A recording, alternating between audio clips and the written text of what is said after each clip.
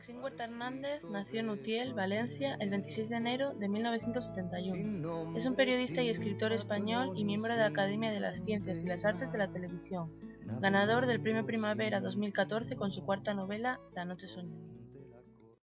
Bueno, pues estamos ante un gran escritor y periodista como es Maxim Huerta. Buenos días, Maxim. Buenos días, encantado. Hola. Quería preguntarte qué es lo que te llevó a escoger periodismo como a lo que dedicar el futuro. Yo creo que las ganas de contar noticias y ser testigo de algunos acontecimientos. Ya cuando yo soy de pueblo, cuando estaba en mi pueblo ya me gustaba trabajar en el periódico del pueblo, en la radio del pueblo. Por aquello, en el fondo, eras tú quien primero veía las cosas y también el que las contaba, y eso es lo que me llevó a estudiar periodismo.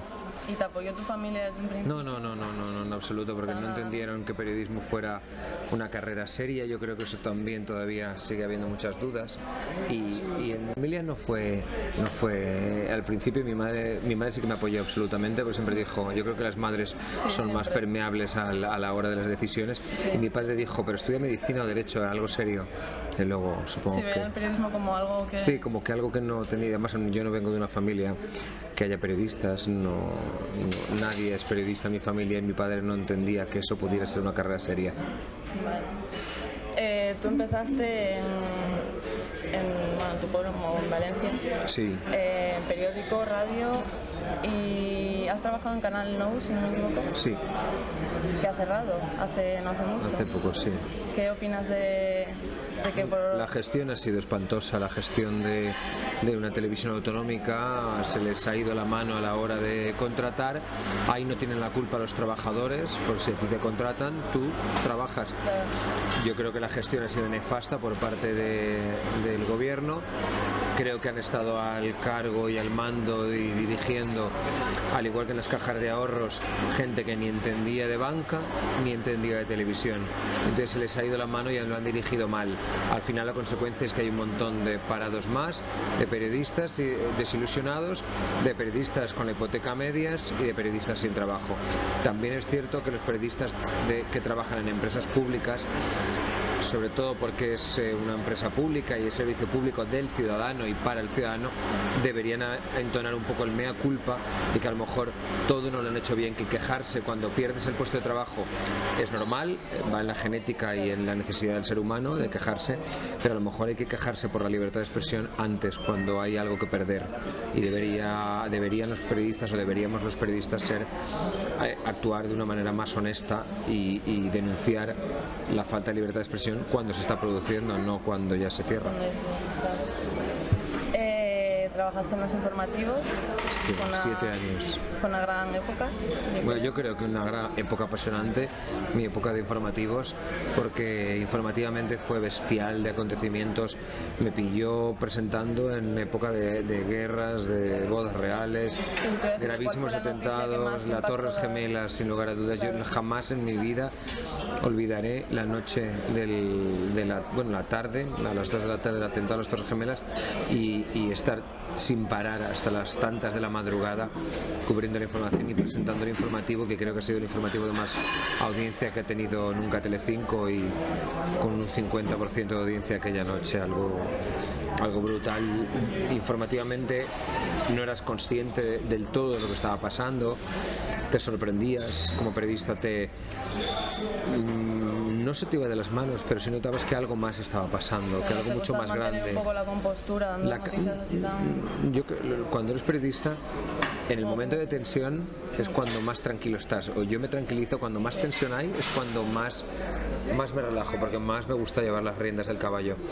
Y yo recordaré aquel día, aquel 11S, vamos, para siempre, como periodista y como ciudadano, claro. Vale, luego tu vida profesional de un cambio. Voluntario. Entraste en Ana Rosa. Sí.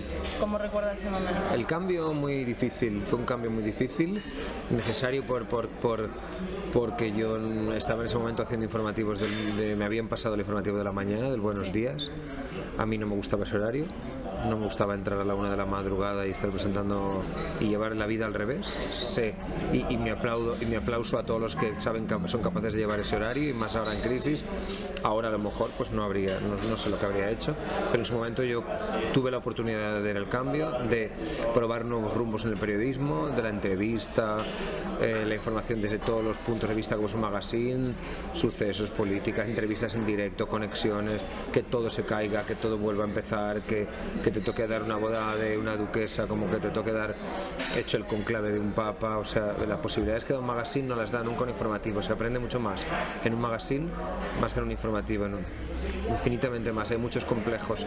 Se aprende de verdad en un magazine porque toca hacer de todo: vídeo, serio, amable, duro, investigación, entrevista, directos. Tienes como más contacto con el público. Y te toca ser más permeable, te toca abrir un abanico de registros periodísticos mucho más grandes. Se aprende mucho más. De hecho, los informativos ahora parecen magazines. Si te das cuenta, hablan de lencería y de noticias de YouTube. A ver, ¿tú crees que el hecho de trabajar donde trabajas es positivo o negativo a la hora de vender tus novelas? No tengo ni idea. Yo mi primera novela la publiqué cuando yo trabajaba en el programa Ana Rosa y no vendió casi nada la novela. Yo creo que el éxito es la historia que cuentes. Yo creo que el éxito forma parte de que la historia que cuentes guste a los lectores. El lector no le engañas. De hecho, yo con mi primera novela también trabajaba en el programa y apenas vendí, y de hecho mucha gente no recuerda ni el título de la primera novela. Con lo cual yo creo que el éxito depende de que cuente una buena historia que guste y que la recomiende. El lector no recomienda una novela que no le haya gustado. Que tenga ese prejuicio. No me interesa un lector con prejuicios. No me interesa nada. Ni la gente publica siendo absolutamente desconocida y tiene éxito. Mira María Dueñas, Tafón y Ildefonso Falcones, con grandes éxitos y no son conocidos. Claro, lo digo por la gente que diga: ay, yo no publico porque no soy conocido. No. Desconocidos han triunfado absolutamente, y gente que es muy conocida no vende nada. Quiero decir, es que depende de que la historia guste, y mis novelas se venden en Latinoamérica y no me conocen más que como escritor. En la tienda en París, arrasado en Argentina, Ecuador, Perú. O sea, allí no tienen ese prejuicio. Me preocupo por eso, no me quita el sueño. Mejor. De hecho, a ver, tu primera novela, ¿tú crees que, o sea, está basada en alguien? No. Que alguien conoce? La primera novela la hice para divertirme, porque me apetecía escribir algo divertido, me apetecía hacer una semi-obra de teatro inspirada en Eva el Desnudo y El Crepúsculo de los Dioses, pero llevado a la televisión. Y no estaba inspirada en nadie, más que en todos los comportamientos que yo había ido observando a lo largo de tantos años en televisión. Y la hice porque me apetecía hacer ese juego literario divertido. Y aunque yo considero que mi primera novela es El susurro de la caracola, que es cuando yo escribí lo que yo quise escribir, y es cuando empezó a despegar. ¿Qué significó para ti escribir? El cambio fue cuando a mí me dejaron escribir lo que yo quería escribir, y fue mi segunda novela, El susurro de la caracola. Vale, luego Una tienda en París, mucho éxito. Una barbaridad. Me sorprendió el exitazo, y ahí me di cuenta que una novela triunfa si la recomienda un lector, que no hay nada más. La mejor publicidad es que la novela guste y el boca a oreja, y que alguien la comente. Yo me empecé a dar cuenta que gustaba como escritor cuando Una tienda en París, y empezó a venderse en todo el mundo. ¿Por qué idealizas tanto la época de París de entreguerras? Porque me parece que en ese periodo de entreguerras es cuando, en una época muy jodida, muy gris, muy difícil, más creatividad hubo, musical, fotográfica, de cine, de pintura. Si revisamos los grandes años, pasará ese periodo de la historia como fotógrafos como Man Ray, que rompió clichés, cineastas, pintores, Modigliani. Se cambió la forma de pintar, se cambió la forma de componer de música, se cambió la forma de vestir, la libertad sexual, las mujeres se quitaron los corsés, se follaba mucho mejor que ahora incluso. Fue una época en blanco y negro que se vivió en color absolutamente, y de hecho, a pesar de la dureza, cambió mucho la forma de vivir en ese momento y la de que arrastramos ahora. O sea, yo creo que me parece, sí, me habría encantado estar de Ron absolutamente hasta que hiciera de día con Modigliani, porque era un absoluto cabrón, y haber estado en los talleres de pintura con aquellas chavalas que iban a posar, que se quitaban la ropa, que se divertían, que me parece una época fascinante, creativa y de vida. Sí. La noche soñada. La noche soñada para mí, jamás pensé que cuando le puse la noche soñada fuera a darme una época tan soñada como la que estoy viviendo. El premio Primavera de Novela ha supuesto como una satisfacción absoluta. Seguramente no lo sé, también significa una confirmación como escritor. He salido corriendo a comprar el Que Leer porque sé que este mes también me vuelven a sacar en la revista Que Leer con una entrevista. Creo que se han roto muchos prejuicios de los que pudieran tener. Creo que en esta novela he escrito como más a gusto que en ninguna. En esta novela es la más trabajada, la empecé en 2009 y he disfrutado escribiéndola. Y a mí que Ana María Matute fuera la que me entregara el premio Primavera de Novela, que es la escritora que más admiro, yo creo un pilar básico de la literatura, y que sea ella quien me lo entregue y quien valore mi novela y la premie, para mí pasará a mi pequeña historia particular como La noche soñada, como mi novela soñada, seguramente. He leído tu novela y veo que le das mucha importancia a los olores, a los sabores. Es que yo creo que es muy importante en las novelas, en la actitud que tengo yo escribiendo, que no me gustan los escritores que describen demasiado las cosas. Me gusta más, tal vez como la música, que la gente se la evoque. Yo no describo nunca un personaje si es gordo, alto, flaco, rubio, moreno. De hecho, no lo habrás visto en La noche soñada. No me gusta describir, me gusta evocar desde los olores, desde los sabores, desde las sensaciones, para que el lector imagine su propia novela. Sí, se introduzca en que lo viva. De hecho, yo no digo ni cómo es casi ninguno de los personajes de la novela. Me gusta ni los lugares casi. Me gusta describir con pequeños detalles, para que la novela, como el leer es el mayor gesto sexual que puede haber entre un lector y un escritor, y es que lo lees en soledad entre uno y otro. Entonces, que tú te vayas imaginando lo que te ha escrito el autor, me parece fascinante si lo haces con pequeños detalles, no con grandes descripciones que parecen a veces demasiado pesadas y para ego del escritor. Muchos escritores yo creo que describen demasiado por puro ego, para decir qué bonito lo he escrito. Puede ser. ¿Que los nombres? Ay, me divierten mucho los nombres de la novela, pero es un pequeño homenaje a García Márquez, a 100 años de soledad, igual que Calabella se llama Calabella como homenaje a Macondo, que es un lugar que no existe. Entonces yo decidí que como pequeño homenaje a García Márquez, que no sé, quién me iba a decir que iba a morir este año, el año del que ganó el premio, que mi pequeño homenaje era elegir nombres muy